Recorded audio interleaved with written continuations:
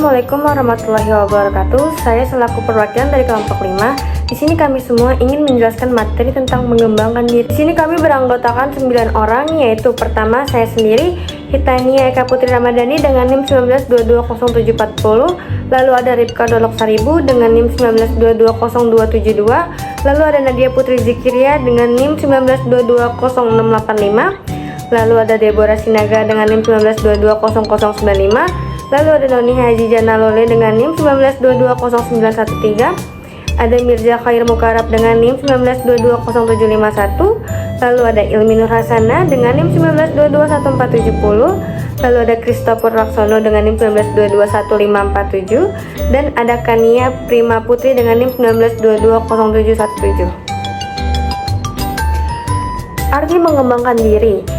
Mengembangkan diri yaitu suatu usaha sengaja terus-menerus tanpa henti yang dilakukan dengan berbagai cara dan bentuk untuk membuat daya potensi jasmani rohani dapat terwujud secara baik dan optimal, yang menghantarkan seseorang jadi taraf kedewasaan sesungguhnya. Usaha besar ini merupakan konsekuensi dari kedudukannya sebagai manusia yang diberi akal dan budi. Lalu tujuan mengembangkan diri yaitu realisasi optimal ke arah yang baik dari potensi yang dimiliki diri sendiri, jasmani rohani, yang menghantar seseorang pada tingkat matang kedewasaannya, yang membuat dia sanggup membangun relasi yang semakin baik dengan dirinya, dunia, sesama, dan Tuhan. Usaha ini melibatkan diri manusia sepenuhnya dan menggunakan daya dukung yang tersedia baginya. Lalu ada cara mengembangkan diri dan hal-hal penting yang dikembangkan. Pertama itu cara mengembangkan diri dulu. 1. Mengenal dan menerima diri. 2. Memiliki kemauan kuat untuk mengembangkan diri. 3. Memanfaatkan kemungkinan yang terbuka. 4. Belajar dari kesalahan. Nah, hal penting yang perlu dikembangkan sebagai bentuk konkret mengembangkan diri sendiri yaitu ada: pertama, mental yang sehat.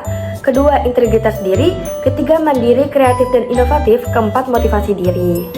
Baiklah, saya Ripka Dolok Saribu dengan NIM 19220272. Jadi pada kesempatan kali ini saya akan memaparkan materi tentang kekuatan dan ketahanan mental. Jadi pada pemaparan kali ini yaitu disajikan dari buku Adversity Closed tentang mengubah hambatan menjadi peluang. Ini merupakan karangan dari Paul Gestolz pada tahun 2000. Jadi, adversity closed ini merupakan kecerdasan untuk mengatasi sebuah kesulitan. Jadi, di mana seseorang dapat mengubah hambatan menjadi sebuah peluang yang dapat digunakan dengan sebaik mungkin. Biasanya, para IQ yang lebih tinggi itu akan lebih mampu untuk mewujudkan cita-citanya dibandingkan mereka yang IQ-nya di bawah rata-rata. Biasanya mereka lebih sulit untuk mewujudkan mimpinya. Jadi, menurut karangan Paul Gestolz kali ini ada 3 tipe manusia, yaitu yang pertama adalah quitter, yaitu mereka yang sekedar untuk bertahan hidup atau biasanya mereka mudah untuk putus asa dan menyerah di tengah jalan. Itu adalah tipe quitter. Dan tipe manusia yang kedua itu adalah camper. Biasanya para camper ini lebih berani untuk melakukan sebuah perjalanan yang beresiko, tetapi dalam artian resikonya itu aman dan biasanya terukur, serta biasanya mereka ini tipe yang lebih cepat puas dan bisa juga disebut dengan biasanya mudah untuk berhenti di tengah jalan. Selanjutnya ada Adversity Response Profile atau ERP. Jadi ERP ini merupakan kemampuan untuk menghadapi masalah dan respon dari mereka yang menghadapi masalah tersebut. Jadi mereka yang menghadapi dan mereka juga yang merespon untuk menyelesaikan masalah tersebut. Dan selanjutnya yaitu menurut David Campbell PhD, dia mengatakan bahwa kreativitas adalah kegiatan yang mendatangkan hasil yang lebih baik. Biasanya ciri-cirinya itu adalah ada inovatif, berguna, dan dapat dimengerti. Itu menurutnya. Oke, selanjutnya yaitu mengembangkan diri menjadi pribadi yang lebih tangguh dengan 7 kebiasaan pribadi yang efektif. Oke, sebelum masuk ke 7 kebiasaan tersebut, saya akan menjelaskan tentang pribadi. Jadi, apa itu pribadi yang efektif? Jadi saya akan menjelaskan tentang yang pertama yaitu pribadi. Jadi pribadi ini terbagi menjadi 2, yaitu ada watak. Biasanya watak ini merupakan kualitas dari seorang individu. Biasanya merupakan kumpulan kebiasaan serta berorientasi pada jangka yang panjang. Itu adalah pribadi. Selanjutnya yaitu penampilan. Penampilan yaitu merupakan perilaku atau citra publik dari seseorang. bisa meliputi tata busana, teknik pergaulan, serta berorientasi jangka pendek. Oke, itu tadi adalah merupakan pengertian dari pribadi. Selanjutnya yaitu efektif. Jadi, efektif ini merupakan bagaimana cara seseorang untuk mencapai hasil dari tujuannya dan bagaimana cara orang tersebut untuk tumbuh berkembang di dalam untuk mewujudkan cita-citanya. Mengubah paradigma, yang pertama mengubah cara pandang dari yang biasa menjadi lebih lengkap dan berguna.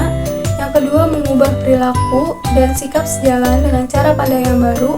Yang ketiga berhenti melakukan kebiasaan-kebiasaan lama. Yang terakhir menyelaraskan peta atau sistem nilai dengan kompas. Yang pertama ada be proaktif. Mode proaktif, stimulus menuju respon adalah kebebasan, terdiri, kesadaran diri, imajinasi, suara hati, dan kehendak bebas. Menjadi proaktif, yang pertama mengambil inisiatif atau jangan menunggu atau melakukan sesuatu. Yang kedua, bertindaklah, jangan sampai disuruh bertindak. Yang ketiga, jadilah bagian dari solusi, bukan bagian dari masalah. Yang keempat, jangan berkata tidak bisa, harus atau seandainya, tetapi berkatalah saya memilih, lebih suka atau mau. Proaktif sama dengan bertanggung jawab.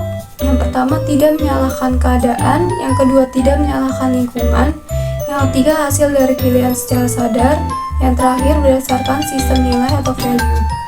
Orang proaktif, yang pertama perbuatannya terkendali, yang kedua bertanggung jawab, yang ketiga fokus pada circle of influence, yang keempat kerja tuntas, yang kelima tidak defensif. Perkenalkan, nama saya Deborah Sinaga dengan NIM 19220095. Saya perwakilan dari kelompok 5. Di sini saya akan menjelaskan tentang begin with the end I mean. Oke, kita masuk ke personal leadership. Segala sesuatu diciptakan 2 kali atau all those are created twice, yaitu yang pertama imajinasi dan yang kedua suara hati.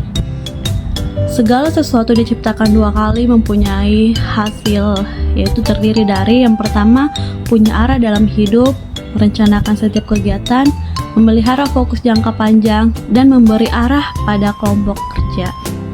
PMS atau Personal Mission Statement. Pentingnya memahami peranan kita terdiri dari 1. PMS dibuat dengan menjabarkan peranan. Yang kedua, peranan adalah kunci menciptakan keseimbangan hidup. Dan yang ketiga, dalam setiap peranan ada sasaran. Yang keempat, sasaran jangka pendek, menengah, sasaran jangka panjang. Sasaran harus sesuai PMS. Sekian penjelasan dari saya. Terima kasih. Put first thing first.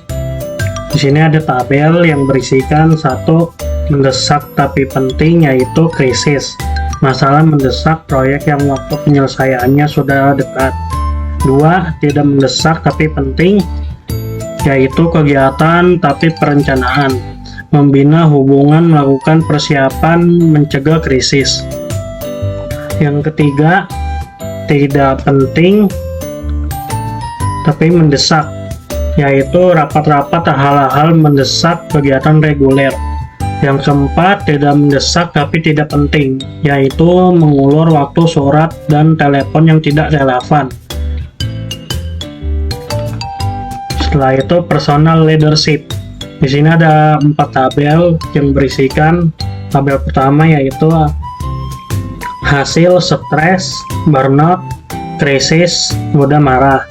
Yang kedua, tabel kedua ada hasil, visi perspektif, keseimbangan, disiplin.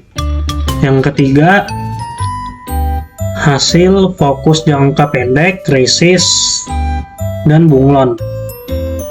Yang keempat, hasil, kurang punya rasa tanggung jawab, dipecat dari pekerjaan, sangat bergantung pada orang lain maupun lembaga. Setelah itu hasilnya sebagai berikut: fokus pada hal isu prioritas, disiplin, menghindari krisis, mendelegasikan tugas, mengkoordinasikan usaha pelaksanaan tugas. Win and win. Bersikap dasar interaksi manusia. Yang pertama itu win and win, mencari kesepakatan dan saling menguntungkan. menyenangkan dan memuaskan bukan caraku atau caramu, tapi cara yang terbaik. Yang kedua itu win and loss, menjadi pemenang atau bintang cenderung otoriter, menunjukkan kekuasaan. Sikap ini paling sering dipakai. Yang ketiga itu loss and win, menjadi negatif manis ya, tetapi tidak melaksanakan hati. Yang keempat itu loss and loss, egois, konflik, cerai, sikap dari dependen atau pendiam. Yang kelima itu win, mementingkan diri sendiri, tidak peduli dengan orang lain, yang penting menang. Yang keenam itu model, sepakat atau tidak sepakat, tidak ada harapan apapun. 5 dimensi interaksi win and win. Yang pertama itu watak atau integritas, kedewasaan, netralitas, berkelintahan. Yang kedua itu hubungan. Yang ketiga itu kesepakatan. Yang keempat itu sistem yang mendukung. Yang kelima itu proses. Perkenalkan, nama saya Noni Hazana Lole dengan NIM 19220913. Di sini saya akan menjelaskan tentang habit 5, yaitu seek first to understand then to be understood, atau bisa disebut juga berusaha memahami terlebih dahulu, baru kemudian dipahami. Di habit 5 ada model proses komunikasi, yaitu dimulai dari pikiran, menuju encoding atau pengkodean, lalu menuju ke saluran peran, lalu menuju ke penerimaan pesan, lalu menuju ke decoding atau penguraian kode untuk dipahami. Di model proses komunikasi juga ada umpan balik dan gangguan yang bisa mempengaruhi saluran peran atau bisa mempengaruhi proses komunikasi. Lalu ada 4 jenis komunikasi, yaitu membaca, menulis, berbicara, dan mendengarkan. Lalu ada respon autobiografi, yaitu mengevaluasi, menyelidik atau bertanya, menasehati, dan menafsirkan. Lalu di habit 5 juga ada tahapan empathic listening, yaitu menirukan isi pesan, mengungkapkan kembali isi pesan, merefleksi perasaan, dan kombinasi mengungkapkan kembali isi pesan dan merefleksikan perasaan. Yang keenam adalah sinergi. Sinergi sebagai prinsip kerjasama kreatif.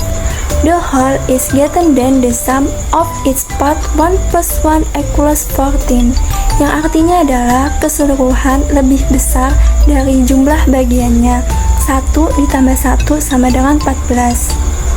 Lalu selanjutnya adalah pengertian sinergi. Apa sih pengertian dari sinergi itu? Sinergi sendiri adalah proses mencari alternatif terbaik. Sinergi juga menghargai perbedaan. Menciptakan sinergi artinya menciptakan kondisi yang mendukung ke arah itu. Seperti contohnya sikap W-W. Pada pembahasan sebelumnya telah dijelaskan, sikap W-W adalah sikap mencari kesepakatan yang paling menguntungkan dan memuaskan, berusaha memahami dan percaya bahwa kemampuan bersama akan memperoleh alternatif terbaik. Selanjutnya adalah intisari sinergi. Yang pertama, kita harus menghargai perbedaan. Menghargai perbedaan bisa ditunjukkan dengan sikap tidak protektif dan juga tidak egois. Kemudian yang kedua adalah menghormati perbedaan. Menghormati perbedaan bisa ditunjukkan dengan sikap tidak defensif dan juga tidak mempolitisir. Kemudian yang ketiga adalah membangun kekuatan. Sikap membangun kekuatan ini bisa kita tunjukkan dengan tidak menghakimi dan juga tidak mendikte orang lain. Kemudian yang terakhir adalah mengimbangi kelemahan. Mengimbangi kelemahan bisa kita tunjukkan dengan sikap lebih memberi dan juga lebih mempercayai orang lain. Yang keenam adalah sinergi. Sinergi sebagai prinsip kerjasama kreatif. The whole is greater than the sum of its part. 1 + 1 = 14, yang artinya adalah keseluruhan lebih besar dari jumlah bagiannya. 1 ditambah 1 sama dengan 14. Lalu selanjutnya adalah pengertian sinergi. Apa sih pengertian dari sinergi itu? Sinergi sendiri adalah proses mencari alternatif terbaik. Sinergi juga menghargai perbedaan. Menciptakan sinergi artinya menciptakan kondisi yang mendukung ke arah itu. Seperti contohnya sikap W-W.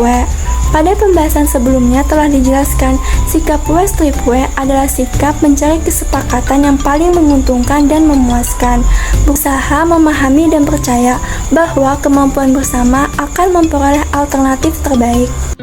Selanjutnya adalah intisari sinergi. Yang pertama, kita harus menghargai perbedaan. Menghargai perbedaan bisa ditunjukkan dengan sikap tidak protektif dan juga tidak egois. Kemudian yang kedua adalah menghormati perbedaan. Menghormati perbedaan bisa ditunjukkan dengan sikap tidak defensif dan juga tidak mempolitisir.